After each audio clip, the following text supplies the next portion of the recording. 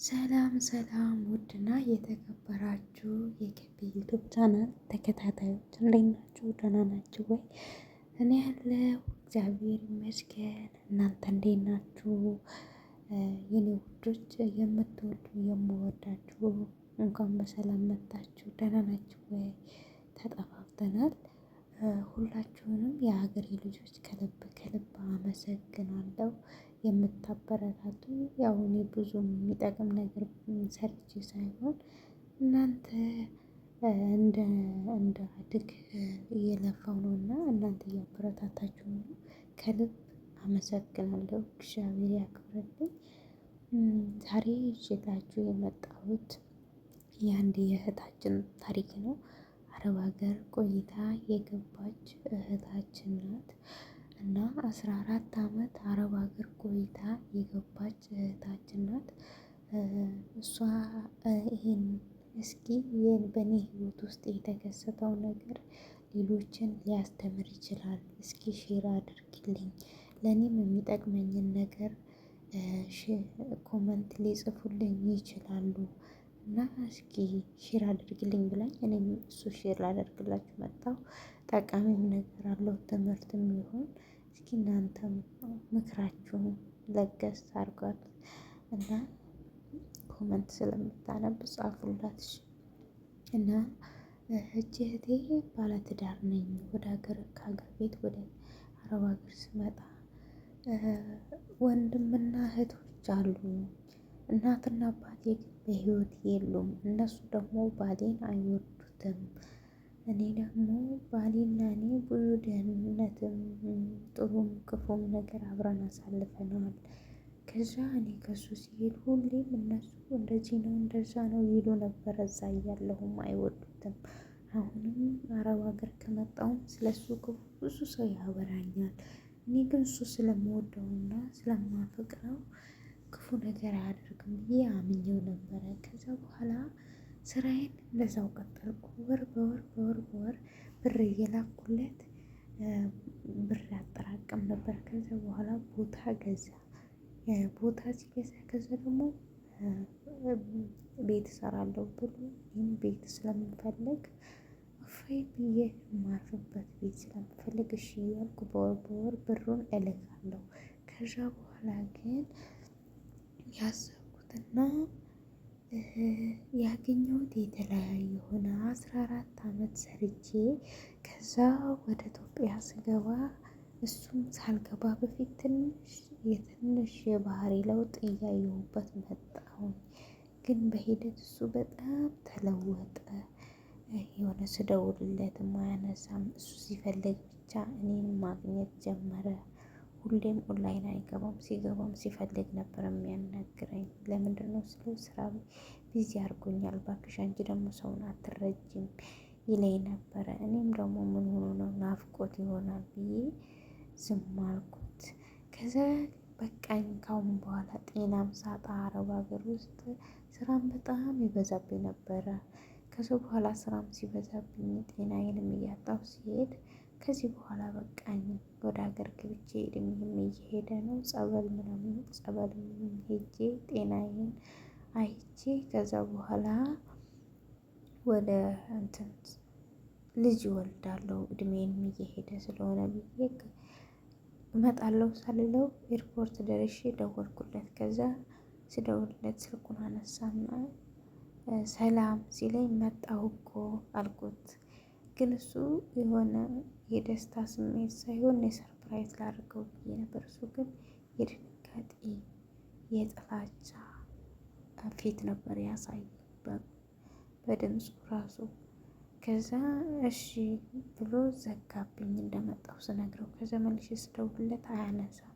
በሌላ ስልክ ተቀብዬ ከሰው ስደውልለት እኔ መሆኑን ሳያውቅ ዘጋ ስልኩን። ከዛ በኋላ እግዚአብሔር ይስጣት የሆነች ጓደኛ አለችኝ እንዲሁ በኦንላይን ማውቃት። እሷ አዲስ አበባ ውስጥ ነበረች እና መታ ተቀበለችኝ። እሷ ጋር አረፍኩኝ። አረፌ 3 ቀን፣ ሁለተኛው ቀንም ስጠብቀው አይመጣም። ስንደውልለትም አያነሳም። እዛ በሶስተኛው ቀን ከጓደኛዬ ጋር ተነስተን ቦታው የድሮ ቦታውን ስለማውቅ አብረን ስናወራ እዛ ሄድኩኝ። ሲሄድ ሴት ቤት ውስጥ አለች። ሴት እኔ ወይ ዘመዱን የማላጣት ነች ወይ ደግሞ እንግዳ መቱ ነው ወይ ደግሞ በቃ የሆነ ጥሩ ጥሩ ነገር ነበር አለች ያሰብኩት። እና ከዛ በኋላ ሴትዮዋ እኔ የት ሄዱ ነው ብዬ ቤት ውስጥ ዞር ዞር ብዬ ሳይ የእነሱ ፎቶ ተሰቅሏል ቤት ውስጥ። ለካ እሱ ሚስት አግብቷል፣ ትዳር መስርቶ እኔ በሰራሁት ቤት ውስጥ እኔ አረብ ሀገር እየሰራሁ በወር በምልከው ብር ሌላ ሴት እየተንከባከበ እያኖረበት ነው አለች። በገዛ ቤቴ እኔ ባዳ ሆንኩኝ። ወደ ውጭ ገፍትራ አወጣችኝ። ሚስቱ ነው ነኝ ስላት አንቺ ውሸታም አታፍሪም ብላ ወደ ውጭ አወጣችኝ። ውጪ ብላ ተነጓደኛዬ በጣም አሳቀቀችኝና ወደ ውጭ አወጣችኝ። በዚሁ መሀል እሱ መጣ። ቤት የለም ነበር። ሲመጣ እሱም ከሷ ይባስ ብሎ አንቺ ደግሞ ማነሽ? እነማን ናቸው አለኝ። ይሄ እንግዲህ ወደ 14 ዓመት አረብ ሀገር ቆየሁ። አረብ ሀገር ሳልሄድ በፊት ነበረ ትዳሩ የተመሰረተው። ብዙ ነገሮችን አብረን አሳልፈናል ከሱ ጋር። ግን እሱ ረሳኝ። አብረን ያሳለፍኩትን ነገርን ረሳ።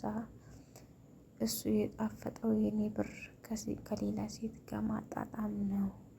እሱም ገፍትሮ አወጣኝ። ከነ ጓደኛዬ አንቋሾ ወደ ውጭ አወጣን። ከዛ በኋላ እኔ በጣም ውስጤ ተጎዳ።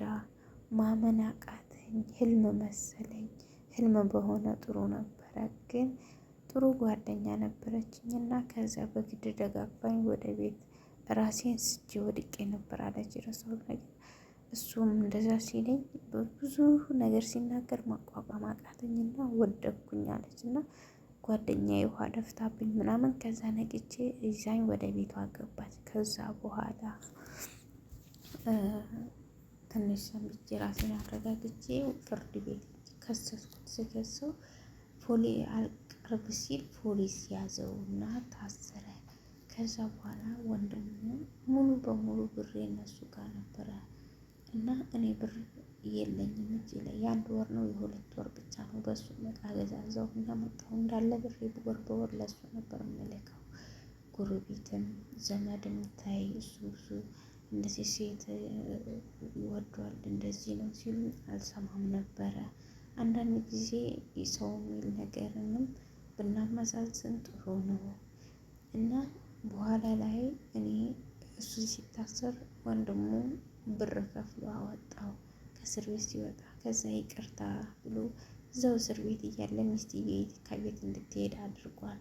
ከዛ እሱ ከእስር ቤት ሲመጣ የመጀመሪያ ስራው እኔን ይቅርታ መጠየቅ፣ እኔን መለማመጥ ነበረ።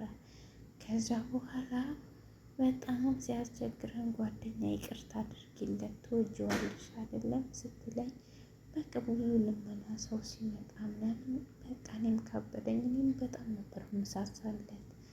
ቃል ተገባብተናል፣ ቃል ኪዳን አለ መሀላችን። ከዛ ታረቅን። ከዛ በኋላ እሱ ግን ጸባዩ እንደ በፊቱ አይመለስ አለ። ይሰክራል፣ ያመሻል፣ ይጠጣል እና በጣም ሌሊት እየመጣ በጣም ነበር የሚያስቸግረኝ። ከዛ በኋላ እኔ ምን እንደማደርግ ግራ ገባኝ። ወንድሞቼ ሸሽተውኛል፣ ነግረንሽ ነበር ብለው እህቶችም ሸሽተውኛል። አንድ ያለችኝ እቺ ጓደኛዬ ናት። እኔ ግን በጣም ከፋኝ። ምን አይነት እድለ ቢስ ነኝ ብዬ ግን ከዛ በኋላ ወደ ቤት ስመለስም ወደ ቤት ተመለስኩ። በሽምግልና ስመለስ ትንሽ ጊዜ አብረን ቆየን። ያችኛይቱን ፈተዋት። እሷም ይቅርታ ብላ ይቅርታ አለችኝ። ሳላውቅ ነው አለችኝ። እዛ እኔም ደግሞ የቀረ ይሻላል ሀብቴም ከሚበተን ብዬ ተመለስኩ። ወደ ቤት ስመለስ ቤቱ ገና ተሰርቶ አላለቀም። ከዛ በኋላ ምን ሆነ ስራው ቤቱ ሽጪና ቦታውን ሽጪና አንቺ ለትንሽ ጊዜ ሂጂና ስሪ ነበር የሚለኝ። እኔ ደግሞ በጣም ነበር የሚያናድደኝና አሁን ላይ እሱ ልጅ መውለድ ስለምፈልግ ጤና ማጥቻለሁ። እሱ ግን ልጅ ለመውለድ ፍላጎት የለውም።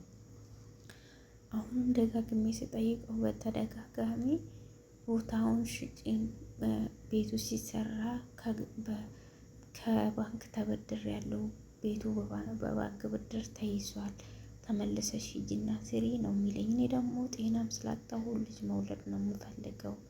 እሱ ደግሞ ሄጄ እንዲሰራ ነው የምፈልገው። ሁሌም የሚጨቀጭቀኝ ሄደሽ ስሪ፣ ሄዳሽ ስሪ ልጅ ስለው ሄደሽ ሰርተሽ ህይወታችንን አሻሽለን ከዛ በኋላ ልጅ እንወልዳለን ይለኛል። አሁን ልጅ ተወልዶ እንዴት ሊያድግ ነው ይለኛል። እድሜ ደግሞ ሄዷል። እኔም ጤና አጥቻለሁ። ብዙ በሽታ አለብኝ። ሄጄን ስመረመር አቅሙንም የለኝም። ትዳሬንም መፍታት አልፈልግም ነበር። እሱ ግን አሁን እንዳሁኑ አያያዙ እንደዚህ የሚቀጥል አይመስለኝም። መሄዴን በጣም ነው በብዛት የሚፈልገው መሄዴን። እሱ ላይ ነው ትኩረቱ። እኔ ደግሞ መሄድም አልፈልግም። ትዳሬም እንዲፈርስ አልፈልግም። እስኪ እህቶቼ ሀሳባችሁን አስቀምጡልኝ ብላለች። እንግዲህ ኮመንት ጻፍ ላይ ታነባለች እህታችን። አብራችሁን ስለቆያችሁ አመሰግናለሁ። እግዚአብሔር ያክብርልኝ። ባይ ወዳችኋለሁ። መልካም ጊዜ ይሆነላችሁ። ፈጣሪ ከእናንተ ጋር ይሁን የኔ ወዶች እና ለዚች ለእህታችን መልእክታችሁን አስቀምጡላት፣ ለእኛም መማሪያ ይሆናል። ብር ከእጃችሁ ላይ ጨረሳችሁ ለቤተሰብ ለባል ለእህት አትላኩ። ብር በተወሰነ መልኩ ብር እጃችሁ ላይ አይጥፋ። ብትገቡም ብር ከእጃችሁ እዛ አለኝ ብላችሁ አትመኑ። ብር ሙጥጥ እያደረጋችሁ አትላኩ። ሰርታችሁ የምታርፉበትን ነገር አዘጋጁ። ሰው አይታመንም። ሰው እንዳለ ከዳተኛ ሆኗል። እና እንደዛ ነው የምላችሁ። ራሳቸውን ጠብቁ። ብዙ ትምህርት አለው። ባልም ሁሉ አይደለም ታማኝና ደህና ሁኑልኝ።